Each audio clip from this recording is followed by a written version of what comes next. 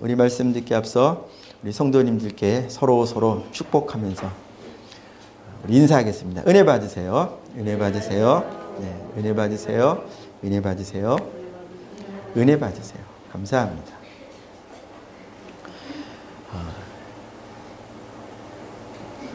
두 가지 마음이 자꾸 교차하더라고요. 새벽에 나왔는데 눈이 벌써 이렇게 내리면서 쌓이기 시작하는 거예요. 제가 주일에는 기도 외에는 다른 것을 안 하려고 막 힘쓰기 때문에 그래서 차현지 사모가 엄청 바쁩니다. 다 하거든요. 저는 제가 믿는 게 그렇습니다. 기도하는 만큼 주님께서 은혜를 성도님들께 주시리라고 제가 믿기 때문에 최소한 주일만큼은 기도 외에는 다른 것을 하나도 안 하려고 하는데 이건 차사모가 혼자 할 수 있는 분량이 아니에요. 그래서 빨리 빗자루를 가지고 30분 동안 최대한 빨리 한 바퀴 쭉 돌고 다시 들어와서 기도를 했는데 주님 눈을 이제 그만 내려주시면 좋겠는데요. 그렇게 이제 딱 그쳤거든요. 그리고 너무 감사하고 왔는데 화장실 가는데 보니까 또 이만큼 쌓였더라고요. 욥의 마음을 조금 헤아릴 것 같아요. 아무리 기도해도 응답 안 하시는 것 같고 하나님은 하나님의 뜻을 이루어 가시는 것 같고 그래도 마음에요. 실망하지 않고 원망하지 않고 받아들이는 거죠. 자, 제 기도를 들어주신다고 하나님이 들어주실 때만 하나님이 저 여러분들과 함께 계시는 것일까요? 들어주시지 않으시는 것 같으면 예수님이 저 여러분들에게서 떠난 것일까요? 욥기를 보니까 우리가 어떤 생각이 들던가요? 제가 욥기를 보니까 욥이 인간적으로는 말로 어떻게 다 할 수 없는 말도 붙이기 어려운 너무 어마어마한 상황 아닙니까? 저는 만약에 그런 비슷한 분이 저희 성도님들 중에 계시거나 누가 그렇게 되어서 가게 된다면 도대체 무슨 말로 위로가 될까? 두려움이 들 정도로 그렇지만 어쨌든 보니까 그런 와중에도 하나님은 욥의 인생과 그리고 친구들의 인생까지도 다 계획하시고 작정하신 바를 따라 비록 막 원망을 하지만 욥이 원망을 하고 또 하나님의 자녀들끼리 막 불평도 하고 손가락질도 하고 비판도 하고 그런 이를테면 실족할 만한 상황 가운데 있었지만 하나님은 떠나지 않으셨더라고요. 그리고 주님의 뜻을 이루시는 것을 욥기 마지막에 보면서 그렇구나. 예수님이 나를 위해서 이 땅에 오셨고 그리고 오늘 저희가 읽은 말씀처럼 임마누엘이라고 하는 그 이름을 가지고 오셨으면 예수라고 하는 그 이름을 가지고 오셨으면 그 이름을 하나님은 이루실 텐데 하나님이 그 이름을 이루시기 위해서 오셨으면 우리야 무엇을 하기 위해서 무엇을 하더라도 하지 못하게 되기도 하고 실패하기도 하고 그럴 수 있지만 하시기로 하신 그분은 하실 텐데 그분의 이름 뜻을 보면 너무 은혜가 돼요. 자, 21절 한번 눈으로 같이 볼까요? 아들을 낳으리니 이름을 예수라 하라. 이는 그가 여기는 같이 읽어보기를 원합니다. 시작.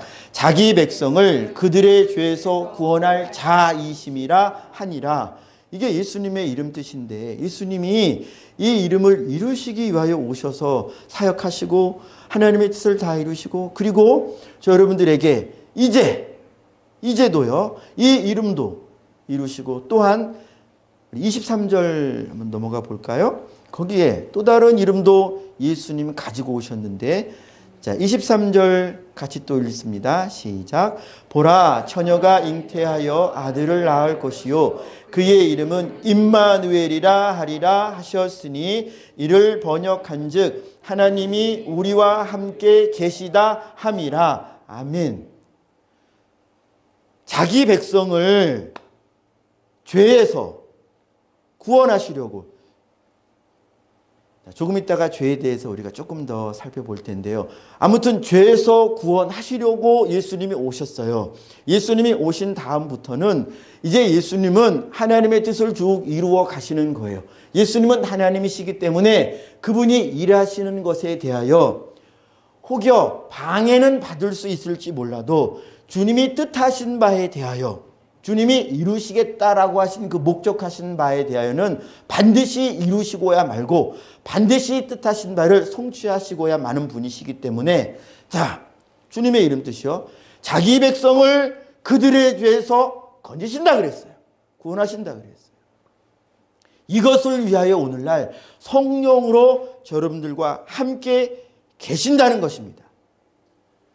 자, 이것을 우리가 믿어야 하는데요. 왜 믿어야 하냐면, 여러 가지 이유가 있겠지만 믿지 않으면 보이지 않는 그분에 대한 신뢰의 마음, 신뢰의 태도를 취할 수가 없어요.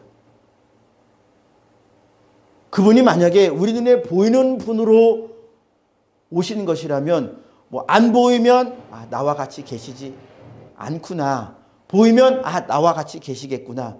그런데 이 말씀을 이루셨을 테니까 항상 우리와 함께 계신다고 하셨으니 보이는 분으로서 이분에게도 저분에게도 같이 계실 거예요.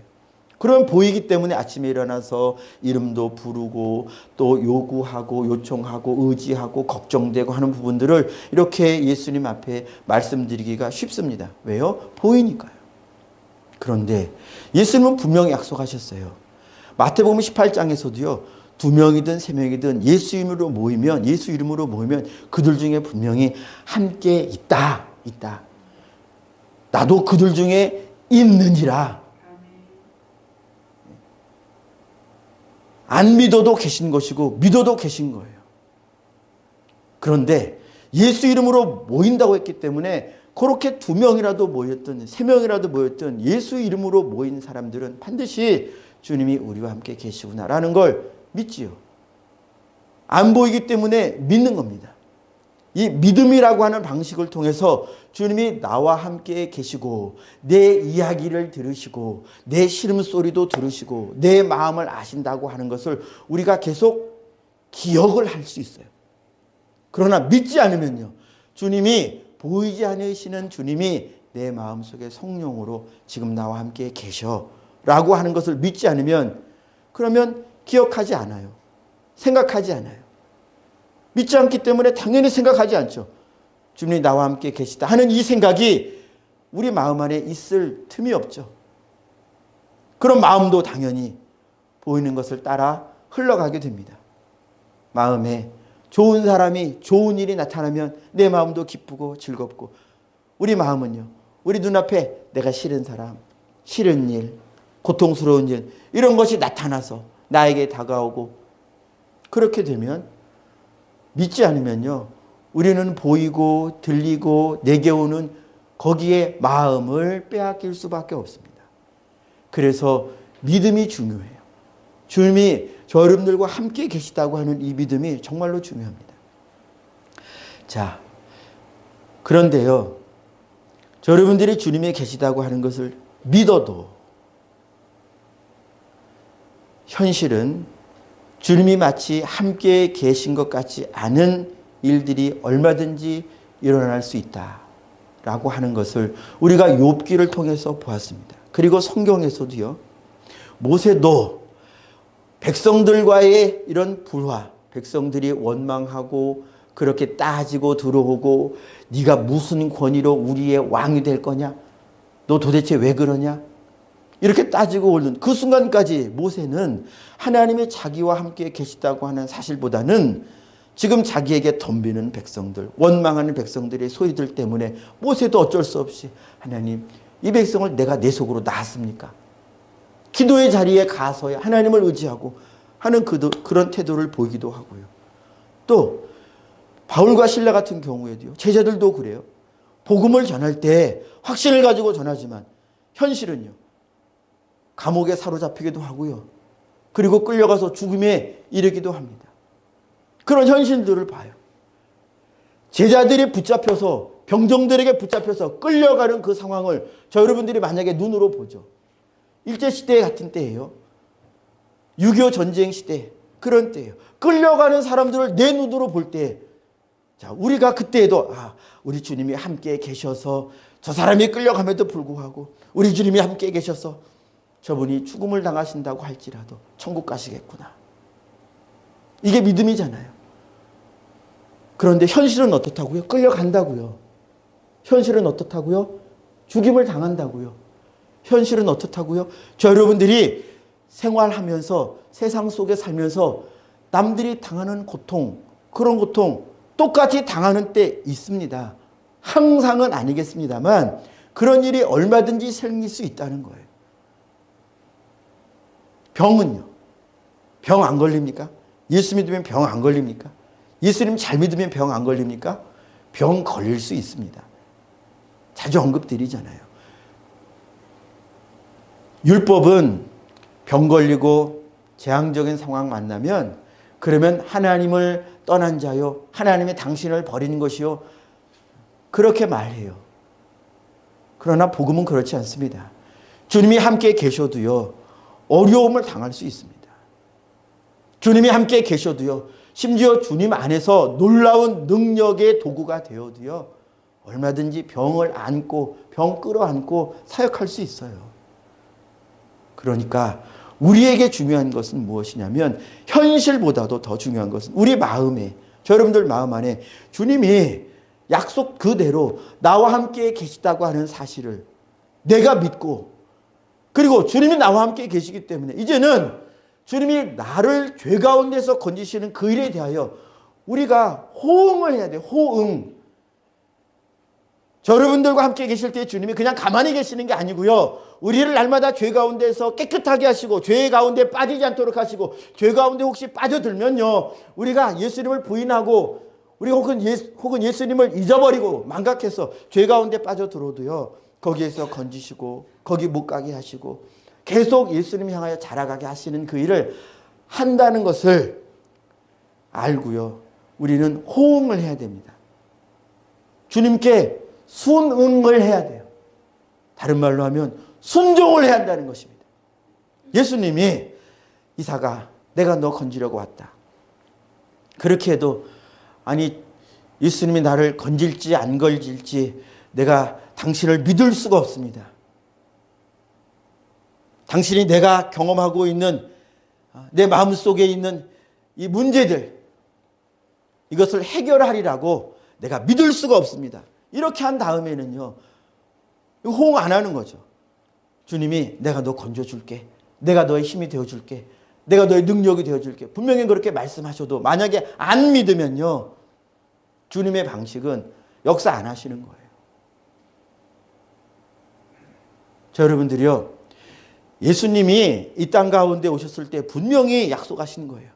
예수라고 하는 이름을 그분이 영원히 이제 가지셨는데, 이 얘기는 여러분들의 일상 속에서 여러분들이 마음 속에 가지고 있는 이 죄의 짐들, 여러분들이 분명히 모르긴 몰라도 한두 가지 이상은 하나님 앞에 좀 이거 안 했으면 싶은 그런 것들이 있을 거예요. 저는 있어요. 주님께 주님은 죄를 미워하시니까, 저를 구원하러 오셨으니까 주님 제가 아뢰옵니다. 용서해 주시고 이제 이 죄에서 영원히 깨끗하게 해주세요 라고 이렇게 딱 한 번 기도했을 때 주님이 그 즉시로 응답을 하시겠을까요? 하실 수도 있죠. 그러나 주님 분명히 말씀하십니다. 인내해야 된다고요.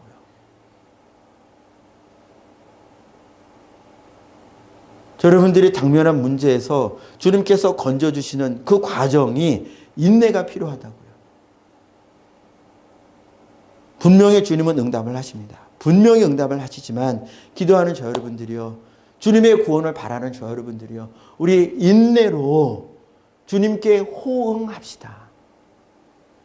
조급해서 지금 내가 기도한 이 순간 내게 당장 응답하지 않으셨다고 자리를 박차고 뛰쳐나갈 것이 아니라, 응답 안 하시네 이렇게 주님을 불신하고 말 것이 아니라, 기왕에 신뢰합니다 라고 말하면서 이 일의 해결자는 주님밖에 없습니다, 만약에 그리 아니하실지라도 그래도 감사하겠습니다 라고 하는 마음으로 기도를 시작했다면, 저 여러분들이요, 주님이 약속하신 바를 이루실 것을 믿고, 주님의 때에 분명히 주님이 역사하실 것을 믿고, 우리 좀 인내를 가지고 꾸준하게 좀 진득하니 기도를 이어갑시다. 올해 기도의 제목 냈으니 올해 응답하시리라. 믿는 것 좋아요. 그런데 올 연말 12월 30일이 됐는데 응답을 안 하셨어. 그러면 우리가 마땅히 취해야 할 태도는 응답 안 하셨네. 아닌가 보다. 틀렸나 보다. 이게 아니라는 거예요.